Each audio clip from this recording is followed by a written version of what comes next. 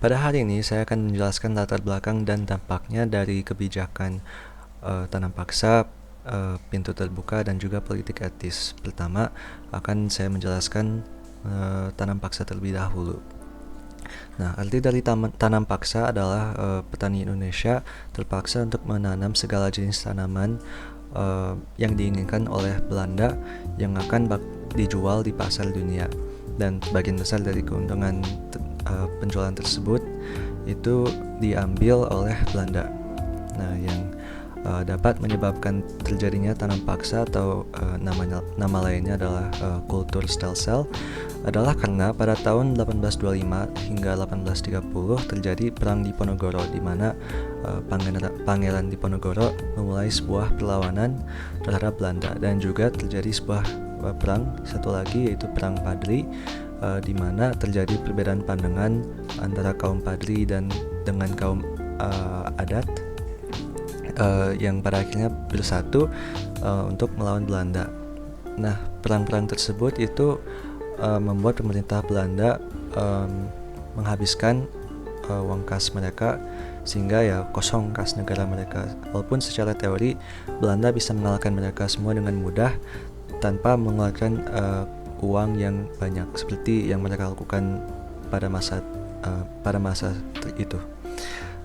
Memang Belanda menang perang tersebut, tetapi biaya serta tentara mereka yang mengeluarkan ya sangat besar, sehingga ekonominya jadi lebih buruk daripada ekonomi negara lain pada masa itu.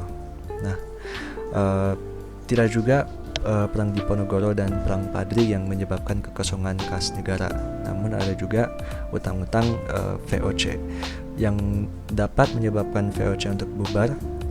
Jadi untuk yang menyebabkan VOC memiliki banyak utang karena ya banyak sekali pegawai VOC yang melakukan korupsi, ada juga perubahan politik di Belanda, sama juga persaingan dagang antara Inggris dan Prancis, serta masalah keuangan dan kekuasaan.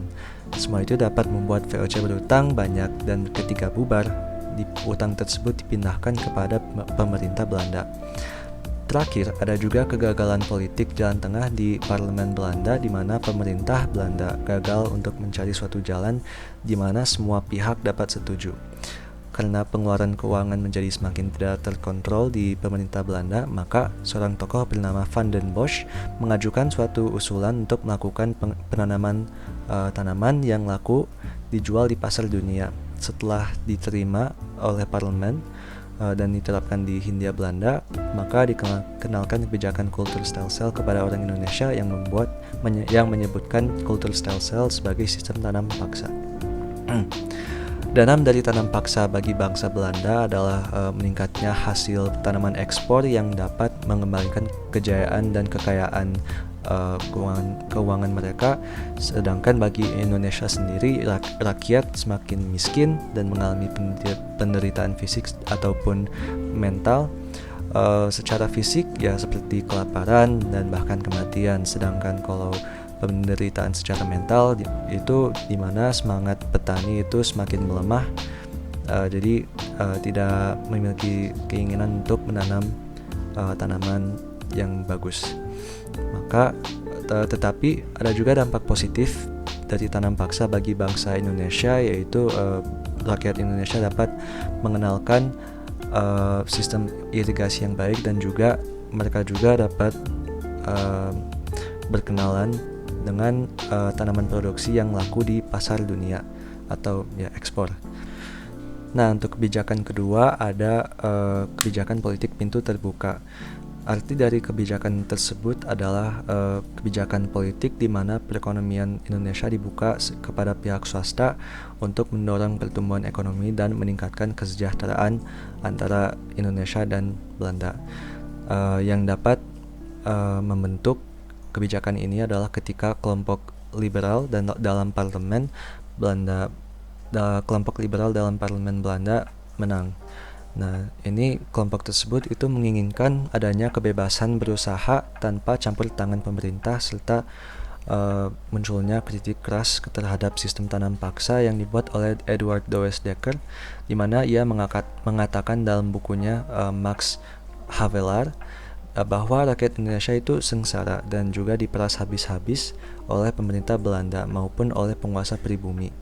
Maka dari itu pada tahun 1870 diterapkan dua undang-undang, yaitu Undang-Undang Agrarische atau Agrarische Wet dan juga Undang-Undang Gula atau Suikerwet. Nah, Undang-Undang Agrarian atau Agrarische Wet itu berisi tentang pembagian tanah jajahan, penyewaan tanah, serta surat bukti kepemilikan tanah.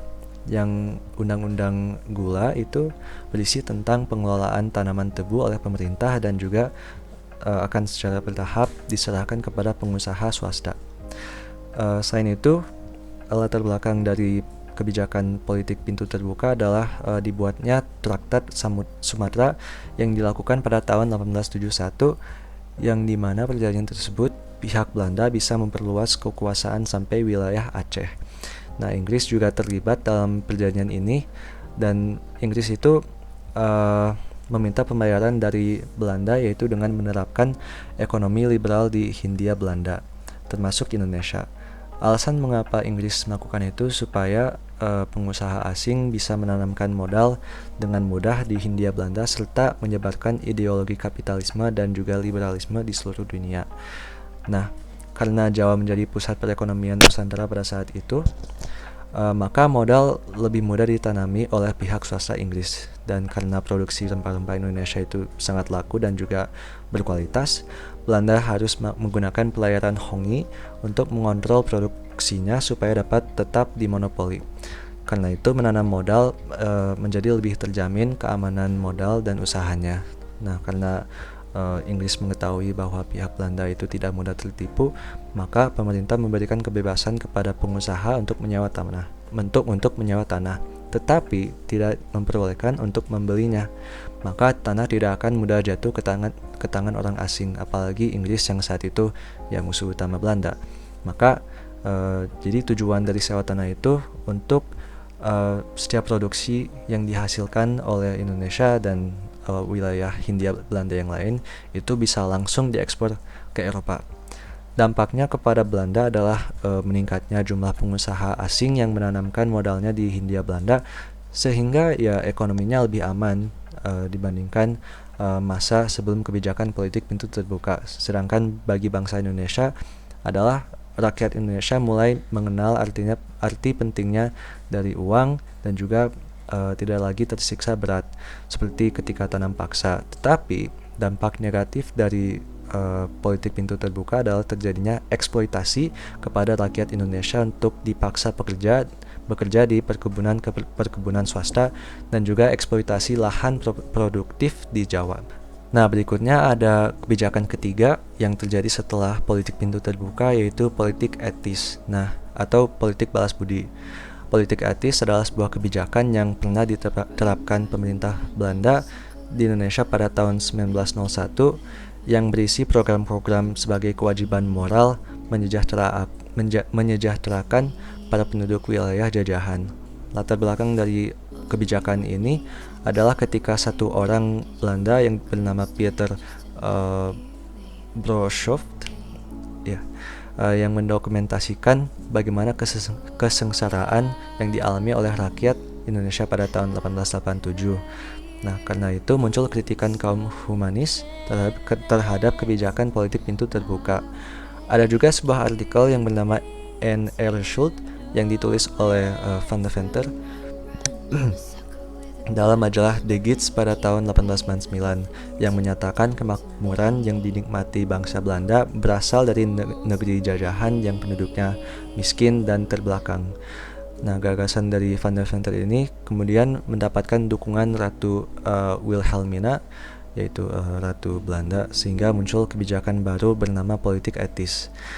Nah, walaupun terjadi kebijakan ini untuk memperbaiki hubungan Belanda dengan Indonesia, sebenarnya tidak terlalu memperbaiki hubungannya, soalnya tidak terlalu membantu Indonesia dengan secara penuh-penuh atau sungguh-sungguh. Nah, kemudian ada juga dampak dari kebijakan politik etis. Untuk pertama yaitu dampak buat Belanda, yaitu semakin banyak tenaga kerja yang terpelajar yang murah yang sehingga mereka untung dapat banyak tenaga kerja dalam perkebunan dan juga industri mereka. Ada juga saluran irigasi untuk perkebunan Belanda dan juga perkebunan Belanda di luar wilayah Hindia Belanda terisi, jadi banyak pekerja. Untuk bangsa Indonesia, dampaknya adalah munculnya kalangan terdidik atau kaum terpelajar di rakyat Indonesia, dan juga terbangunnya saluran irigasi, pertanian dan perkebunan, dan terjadinya juga perpindahan penduduk dalam proses transmigrasi. Makanya ada beberapa atau banyak orang Indonesia yang sedang di Belanda pada masa sekarang, karena waktu dulu nenek-nenek dan kakek-kakeknya itu pindah ke Belanda pada masa transmigrasi atau politik etis. Pada akhirnya ya kaum terpelajar tersebut itu muncullah kaum yang dapat melawan Belanda dengan cara lebih diplomatis, dan juga caranya juga lebih memungkinkan untuk supaya Indonesia dapat menang melawan Belanda. Nah, terima kasih atas perhatiannya. Selamat malam.